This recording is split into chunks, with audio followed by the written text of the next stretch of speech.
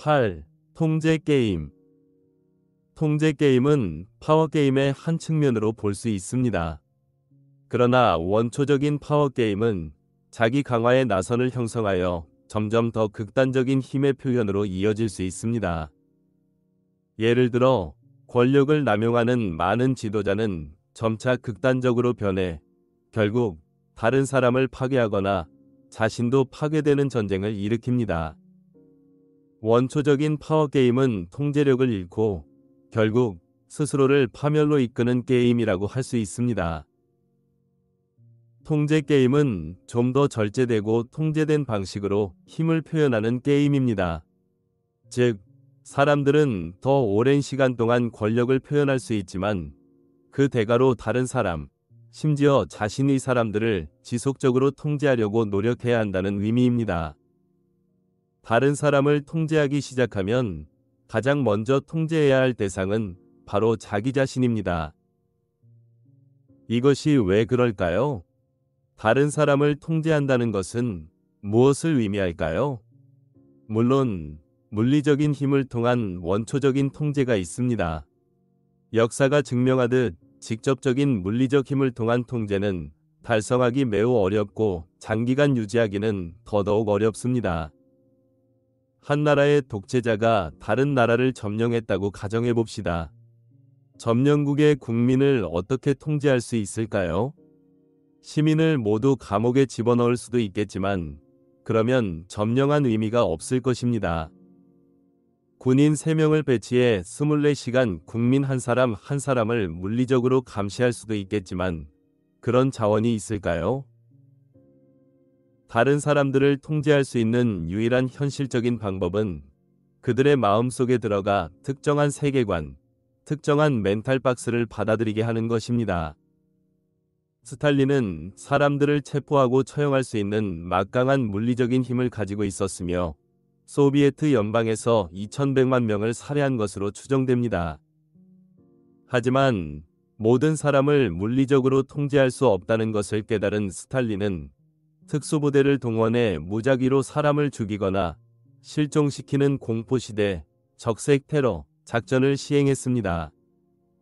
그 결과 아무도 안전하다고 느끼지 못했고 결국 모든 사람이 공산주의는 전복될 수 없으며 스탈린이 확실한 최고의 지도자라는 멘탈 박스에 저항하지 않고 받아들이기로 결정했습니다. 스탈린은 사람들의 저항을 무너뜨렸지만 이것은 사람들의 심리 안에서 일어난 일이었습니다. 이 목표를 달성하기 위해 스탈린은 무엇을 해야 했을까요? 스탈린은 먼저 소비에트 연방을 한 사람, 즉 스탈린 자신이 정의한 것 외에는 법이 없는 전체주의 정권으로 규정하는 멘탈 박스를 만들어야 했습니다. 이를 위해 그는 먼저 멘탈 박스를 믿어야 했고 이는 자신이 만든 멘탈 박스의 첫 번째 포로가 된다는 의미였습니다. 대부분의 경우 스탈린은 최고의 권력을 가졌다는 느낌으로 주의를 돌릴 수 있었기 때문에 죄수처럼 느끼지는 않았습니다. 특히 통치 말기에 접어들면서 스탈린은 갇혀있고 갇혀있다는 느낌을 받기 시작했지만 탈출구가 보이지 않았다고 확신할 수 있습니다. 그는 자신의 철권 통치를 느슨하게 하면 결국 소비에트 연방 체제 전체가 무너질 수 있는 나선이 시작되리라는 사실을 알고 있었습니다. 그는 이제 자신을 소유하고 도구로 사용하게 된 체제를 유지하기 위해 자신과 국민을 멘탈 박스에 가둬야 했습니다. 통제가 영원히 지속될 수 없는 이유. 스탈린의 뒤를 이은 소비에트 연방 지도자들은 그의 권력 남용이 지나치다는 것을 깨달았습니다.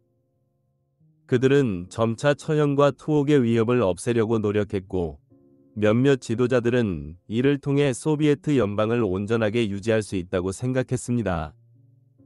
심지어 소비에트 연방의 마지막 지도자인 고르바초프는 소비에트 연방의 기본 체제를 유지하면서 서구식 자유를 부여하면 경제와 국민 생활 수준을 향상시킬 수 있다고 생각했습니다. 고르바초프와 다른 사람들이 이해하지 못한 것은 인민들이 공산주의를 선택하지 않았고 그들을 통제하는 멘탈 박스가 온전할 때만 공산주의에 머물렀다는 사실입니다. 그 멘탈 박스는 죽음이라는 타협할 수 없는 위협을 통해 만들어졌으며 오직 죽음에 대한 공포만이 사람들을 통제할 수 있었습니다.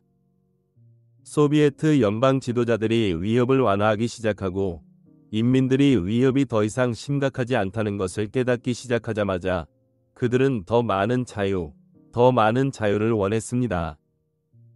소비에트 연방 체제가 유지될 수 없을 때까지 이런 현상이 계속되었습니다.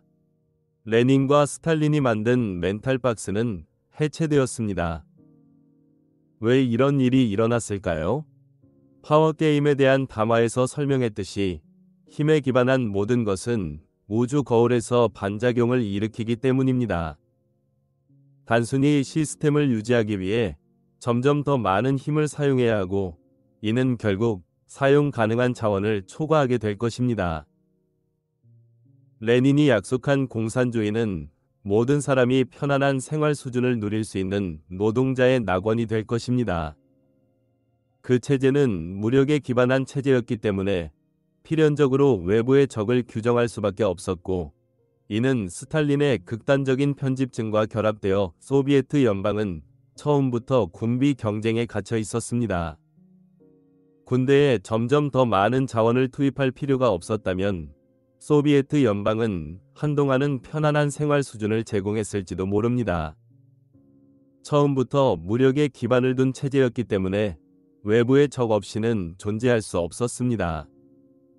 마르크스 시대부터 공산주의는 자본주의에 반대되는 것으로 스스로를 정의하고 자원을 소모하고 모든 노동자를 위한 풍요로움이라는 핵심 약속을 무효화하는 이원적 투쟁에 스스로를 가두었습니다. 다른 측면은 모든 강제 기반 시스템은 삶의 원동력, 즉 그 이상이 되고자 하는 욕구에 반한다는 것입니다. 사람들은 자유를 향한 내재된 욕구를 가지고 있으며 스탈린처럼 이를 잔인하게 억압하지 않으면 결국 모든 무력 기반 시스템을 전복시킬 수 있습니다.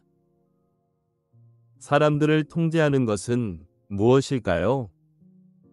이 글의 목적은 세계사에 대한 담화가 아니라 에고가 어떻게 여러분을 통제하는지 이해하는 기초를 제공하는 것입니다. 스탈린은 소비에트 연방의 모든 국민을 물리적으로 죽일 수는 없었지만 모든 국민이 저항하는 사람은 죽임을 당할 것이라는 위협을 믿었기 때문에 그럴 필요가 없었습니다. 사람들을 통제한 것은 일부 사람들을 죽일 수 있는 실제 물리적 장치가 아니었습니다. 모든 사람이 한꺼번에 반란을 일으켰다면 그 장치는 무력화되었을 것입니다. 사람들을 진정으로 통제하는 것은 그들의 마음속 메커니즘이었습니다.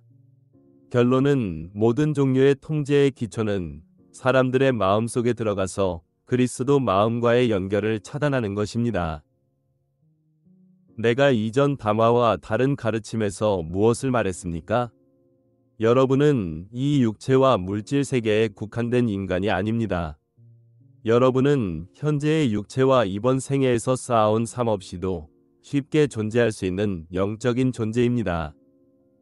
여러분이 자신이 누구인지 깨닫고 받아들이면 여러분이 자신의 마음을 통제하고 있기 때문에 그들이 여러분을 십자가에 못 박는 것과 같이 여러분의 몸에 무슨 짓을 하든 여러분의 마음에는 아무것도 할 수 없다는 것을 알기 때문에 지구상의 어떤 것도 여러분을 통제할 수 없을 것입니다. 지금 여러분의 마음을 완전히 통제하지 못하는 이유는 무엇일까요? 여러분의 마음 속에 분열이 있기 때문에 여러분은 내분이 일어난 집입니다. 이 분열은 여러분이 이원성 의식에 들어가서 에고의 두 가지 측면을 만들었기 때문에 만들어졌으며 첫 번째 책에서 말했듯이 두 개의 영체가 만들어졌습니다. 이러한 영체들의 창조에 대한 자세한 내용은 생명의 강과 함께 흐르기 책을 참조하세요.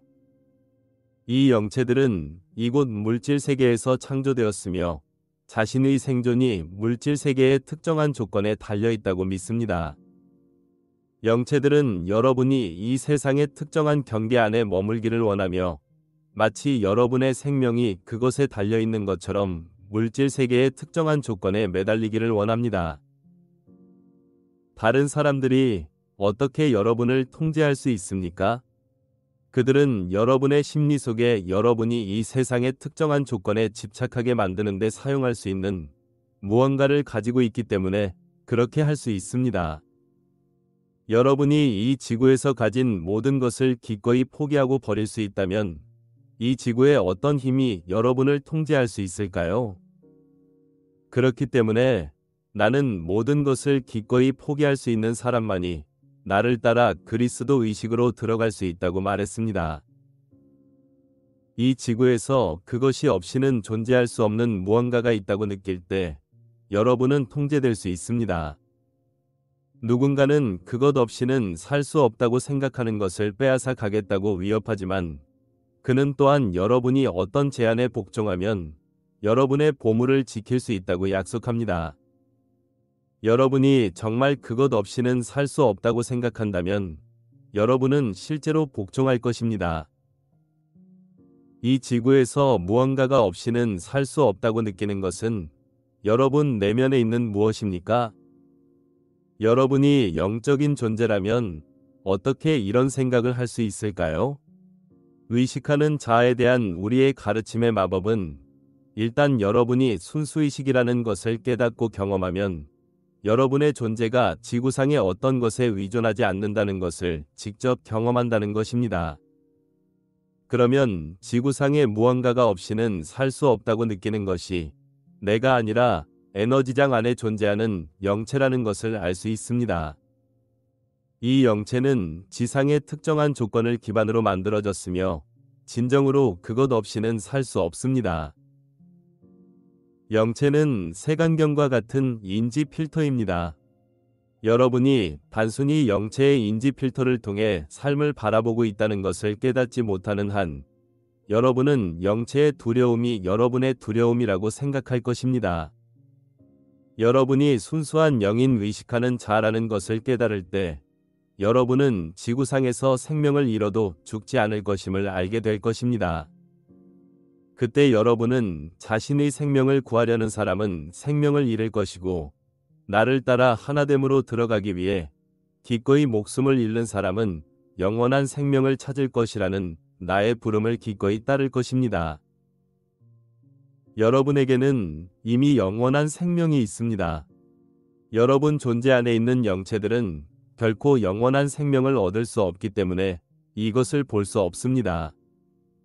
그들은 필멸이며 결코 불멸이 될 수 없습니다. 의식하는 자아는 이미 불멸이며 단지 이것을 깨닫기만 하면 됩니다.